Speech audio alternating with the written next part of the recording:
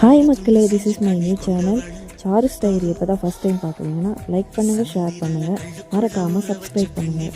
வாங்க கொத்து சப்பாத்தி எப்படி செய்யலான்னு பார்த்துடலாம்.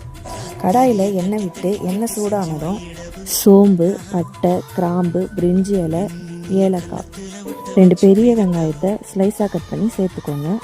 4 பச்சை மிளகாய், பிஞ்ச் ஆஃப் மஞ்சத்தூள், கொஞ்சம் சால்ட்டு சேர்த்து நல்லா வதக்கிக்கோங்க. 1 ஸ்பூன் இஞ்சி பூண்டு பேஸ்ட்டு சேர்த்துக்கலாம். 2 பழுத்த தக்காளியை ஸ்லைஸ் பண்ணி சேர்த்துக்கலாம். கொஞ்சம் குழைய வதக்கிக்கோங்க. 1/2 ஸ்பூன் வெறுமிளகாய் தூள், 1 ஸ்பூன் தனியாத்தூள், 1/2 ஸ்பூன் மிளகுத்தூள் சேர்த்து வதக்கிக்கோங்க. வதக்கிட்டு உங்களுக்கு எத்தனை முட்டை தேவையோ அத்தனை முட்டை எடுத்துக்கோங்க. நான் இன்றைக்கி 5 முட்டை எடுத்திருக்கேன். முட்டையை உடச்சி ஊற்றி அதோட பச்சை வாசனை போகிற வரையும் நல்லா வதக்கலாம். வதக்கிட்டு இது கூடவே ஸ்லைஸ் பண்ணி வச்ச லெஃப்ட் ஓவர் சப்பாத்தியை ஆட் பண்ணிக்கலாம். ஆட் பண்ணிட்டு 4 to 5 minutes வதக்கலாம்.